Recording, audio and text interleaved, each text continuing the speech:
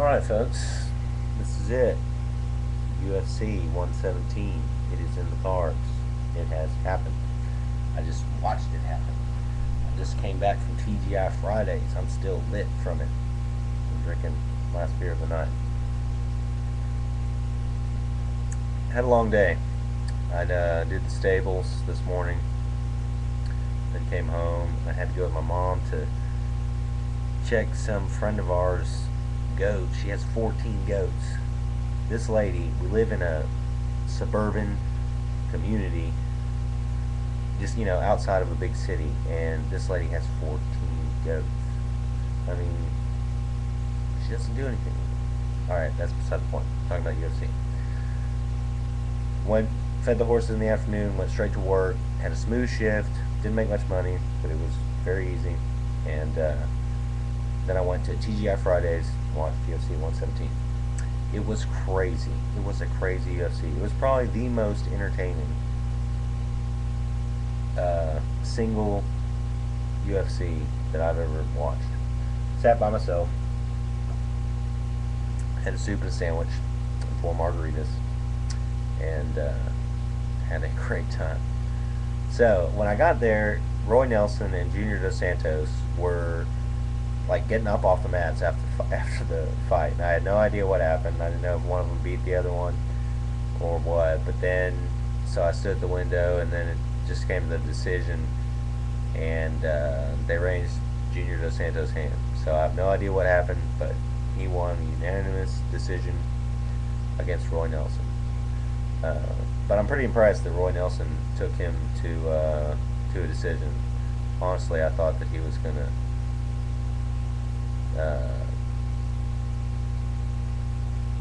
get knocked out at some point, like everyone else. But I'm sure he brought some good wrestling. Okay, so next fight, Matt Hughes versus Ricardo Almeida. So they came out, and Ricardo Almeida may have some brilliant jiu-jitsu, but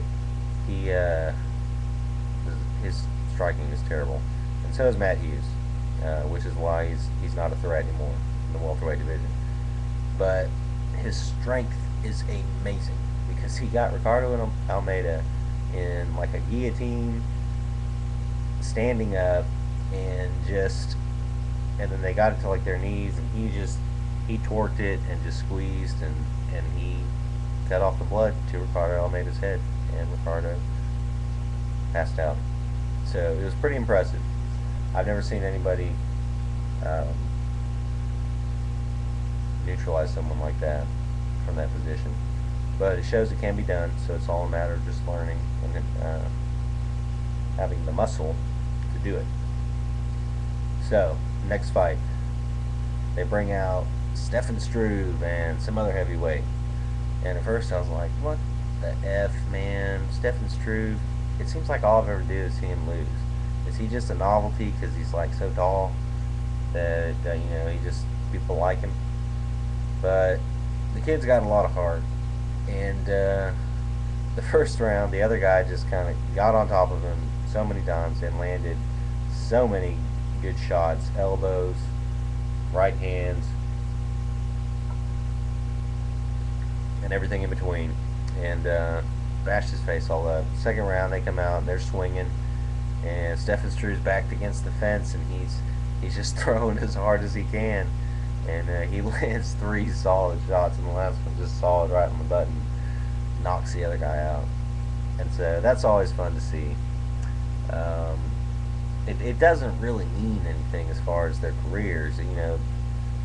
It means he has heart, and it means he can throw good shots. But when you weigh that much and you train as much as he do, of course, I'm sure if you, as hard as you can, if you hit somebody on the button, you're gonna knock them out. So I don't see Stefan Struve being dominant in the heavyweight division anytime soon. But I'm glad he knocked that other guy out. This is a big highlight for his career. It'll be good for your highlight reel. So next, what happened? Yeah, the co-main event. No, Clay Guida and Dos Anjos. Yeah, something Dos Anjos. They fought. That was before the Stephen Struve fight. That was a wrestling match, and Clay Guida's got a lot of heart, and he obviously uh, has pretty decent wrestling, but his striking is not good. His submissions are nowhere near the best. So he's never going to be anywhere near the top. But I'm glad he's still very competitive, and I'm glad he's still getting fights. But it wasn't that entertaining a fight. But he did win. Something weird too. I think he broke the other guy's jaw early on with just a well placed shot, and then so I think the other guy was just favoring it, which led to a lot of the takedowns and just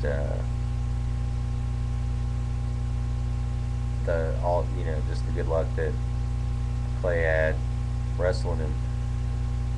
But he got him in some weird side triangle, something from on top from his guard, and the other guy tapped. So it was weird. It's also something I've never seen. This UFC had so much stuff I'd never seen in it. It was almost like it's almost like it's not real anymore, and they started planning it, and it's like the WWF now, which could be. I hope it's not, but this was such a weird UFC. Okay, so after the Clay Guida fight and the Stephen Struve fight, there was the co-main event, which I didn't even mention in my prediction video. I don't know why. I guess subconsciously I just don't really care about John Fitch and Thiago Alves. But they're both great fighters, and they're definitely, they're both great welterweights, but it just doesn't matter if you can't beat George St. Pierre. And I don't know what they're going to do. I don't see either of them being able to beat him ever. But and the fight went, I guess, pretty much. I didn't see the first fight, just highlights from it, and it seemed like it went just like the first fight. And, John Fitch is slightly stronger, it seemed, and slightly better wrestling, and just better control the whole fight on the ground. It wasn't very entertaining, but there wasn't very good striking exchanges. But that's just John Fitch's game, just wear you down on the ground. And I don't know, it seems with John Fitch, he can just get a position that's really dominant, or, really, like, just near your back, just so the ref wouldn't dare split him up, because he's like so close to getting the other guy's back. But he doesn't really get his back, and he doesn't really do anything. But he's just close enough to it to where he never gets stood up. So, they just stayed in those positions for so long.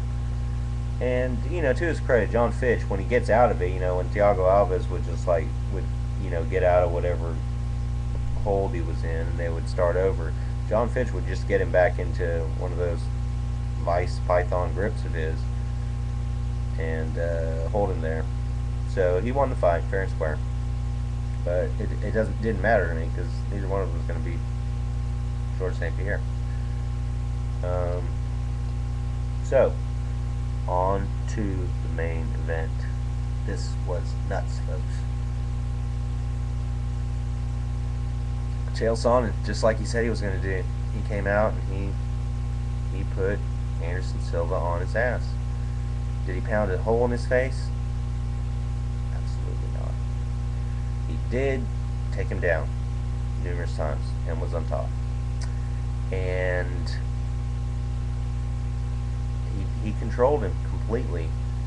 Just that wrestling, that Division I. I guess he's been doing it since he was very young, which makes him kind of an android automaton. And he's a politician, so I don't know what to think of Chael Sonnen. But he took Anderson Silva down a lot of times, and I guess ground and pounded. But look, to be honest, Anderson Silva looked comfortable and looked relaxed underneath him. Like, he was trying to get out the whole time and couldn't, but he wasn't panicked, and he wasn't wasting energy, and he was not taking any damage. He was just underneath, And Chael Sonnen, you know, never had to do 5 rounds in his life, I don't think. And to his credit, he was strong and dominant all 5 rounds, but he got weaker and weaker. And you know, even in the first round, his shots weren't landed, and towards the fourth and fifth, he didn't have nothing. I mean, we were seeing like literally like that was all he had. Um, but and at the beginning of each round, Anderson Silva would tag him a few times, and he's got a good chin, but you know he was all bloodied up just from the few shots that Anderson got, and so that's how it went the whole fight. And it was we were everybody in the restaurant was just kind of dumbfounded. Um, you know, the Sonnen fans, which you know they were all happy, but they realized it was kind of, you know, it was like George St. Pierre, only a little bit worse. Okay, I'm getting pretty long, so I'm going to post this and then just finish up the Chael Sonnen fight. No, I guess I better just finish it up. I can do it in 30 seconds. Anderson Silva got him a triangle choke at the very end. I think there was like a minute and a half left of the fifth round that Chael Sonnen had won every round of the fight. Choked him out, and this is the weird thing. Chael Sonnen, he tapped. He definitely tapped, but it was one tap, and then he stopped and started fighting back. So, I got a lot to say about that. You can't give up and then not give up in a professional match. So, he probably knows he did for a second tap, but he also knows he probably absolutely didn't need to, even though Anderson seemed to have that thing locked in pretty good, and he had a lot of energy left, and he probably would have held it, and probably would have got him, probably would have knocked him out eventually. But we don't know. But Anderson Silva won the fight, so amazingly he retained the belt, and so they'll definitely fight again, because that was crazy. That was like WWF, like pre-planned shit. You can't make shit like that up. Crazy. But it was entertaining, so Anderson Silva's still the man. But it just goes to show, like, nobody's really dominant. Or it goes to show that wrestling is the dominant background in the UFC today. Frankie Edgar has a wrestling background. George St. Pierre, of course, does. Chael Sonnen does. And, he was dominant, over the top guy. Like, his wrestling dominated Anderson Silva's super quick. All the dangerous things that we always talk about Anderson Silva has. Chael Sonnen's wrestling just neutralized it completely. And so that has to, everybody has to accept that's going to be everywhere now. Just like Brock Lesnar's wrestling has somewhat neutralized the heavyweight division right now. Really, the light heavyweight's the only division that a wrestler's not killing everybody. But it's only a matter of time, I feel like.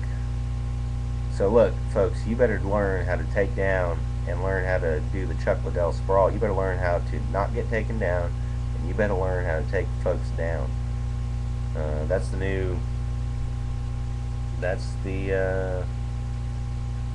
where the pressure is.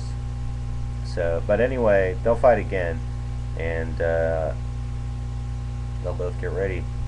I don't think we'll see Anderson Silva defend his title before he has a rematch with Chael Sonnen, and it'll probably be hyped up even more than this, because Chael Sonnen's got plenty of shit to talk. And so, he'll have a story, he'll have a reason, he'll have an excuse for whatever he did, and it'll probably be humble, and it'll probably be good, and it'll probably make sense, and then he'll probably start talking shit about how he's going to do the same thing and worse to Anderson Silva next time.